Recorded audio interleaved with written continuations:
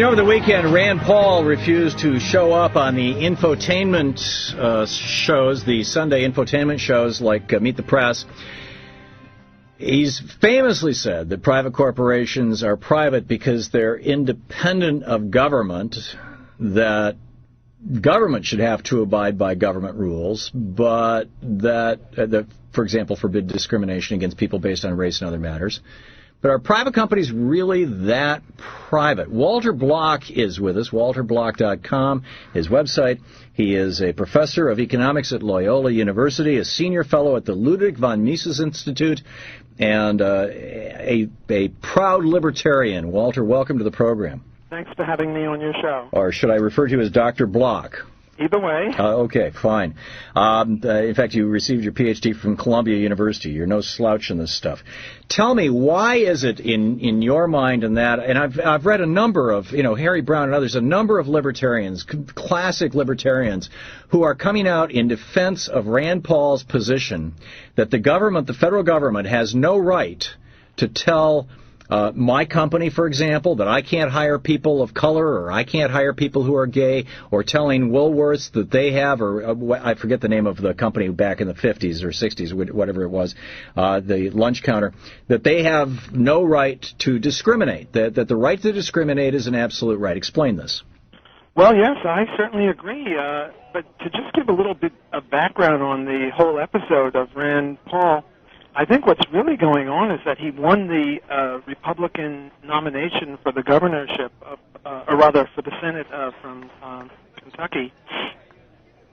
And the Republican Party bigwigs don't much like that because they see him and his father, Ron Paul, as outliers. Well, I didn't like that from the get-go because they're, by and large, they use libertarian philosophies and policies when it's to their convenience, but by and large they actually don't believe these things. But that's why I want to get right to this point and have a serious discussion with you about this. The philosophical underpinning, the libertarian perspective that says that a corporation, a company that runs a lunch counter should be able to say, you can sit here because you're white, you, the black guy, you have to leave. The reason for that is what? Well, it's abhorrent, but the reason for that is freedom. People should have the freedom to associate with those that they want to associate with and not to associate those with people that they don't want to associate. So the business owner should have the freedom to be able to do that. That's a definition of freedom, and Rand Paul talks about free speech.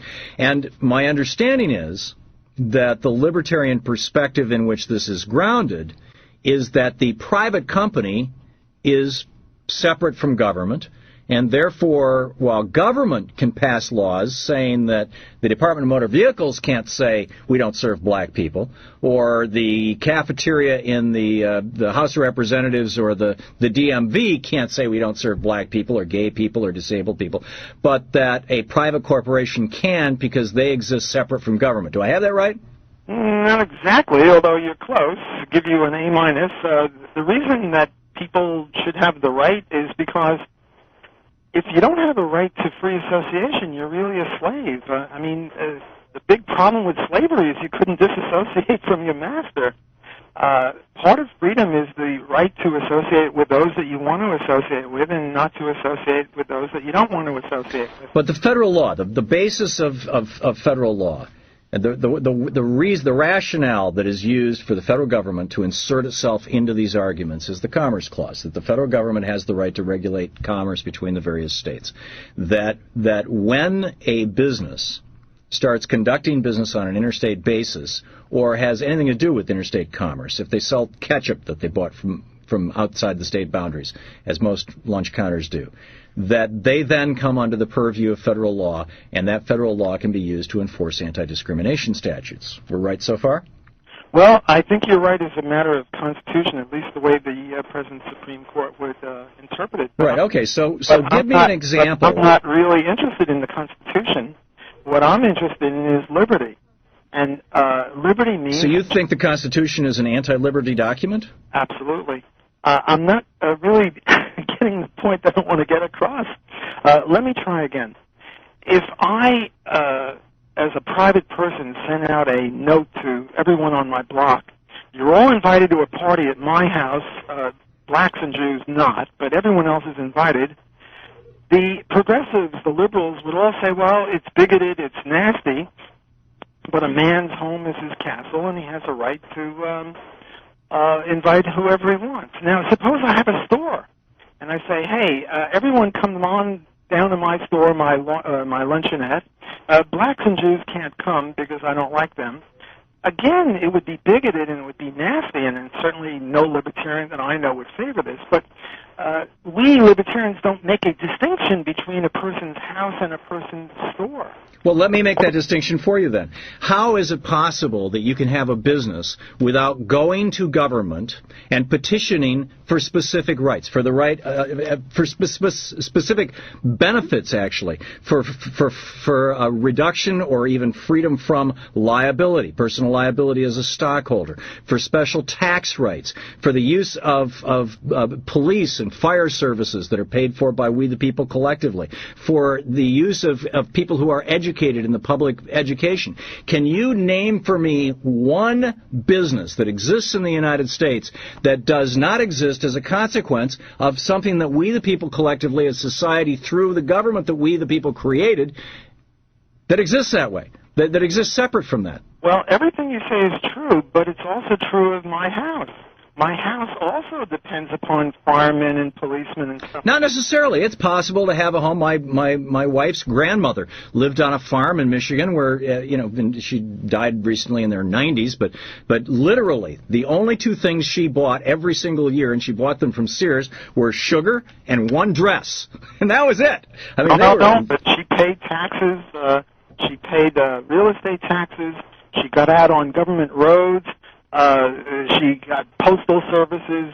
Look, right, and if she was engaging in commerce, if she was selling, and she did, if she was selling food, then I believe that it would be appropriate for us to say, you're engaging in commerce, you're part of our society goes to everybody. I mean, doesn't businesses not allowing black people to go to the lunch counter make them not free? Are you suggesting that business is superior to people? Now, one of the big problems that African Americans used to have in the United States is that they couldn't travel, particularly across the South, and know that when night came, they could find a place to sleep. Well, do you play chess by any chance? How is that free? Do you play chess by any chance? I do. Do you play with a chess clock? No. Well, in a chess clock, what you do is after you move, you hit your clock and the other guy's clock runs. Oh, clock you said. I thought you said cloth. Yes, no, I've played chess with a clock, yeah. Well, so far we've been at it for, 6 or 8 minutes. Right, and we have 1 minute left. And I haven't said anything hardly, and I thought you wanted to get my ideas on this, and you haven't let me speak. I haven't. No, hardly. Okay, you can have the last minute. Well, that's wonderful.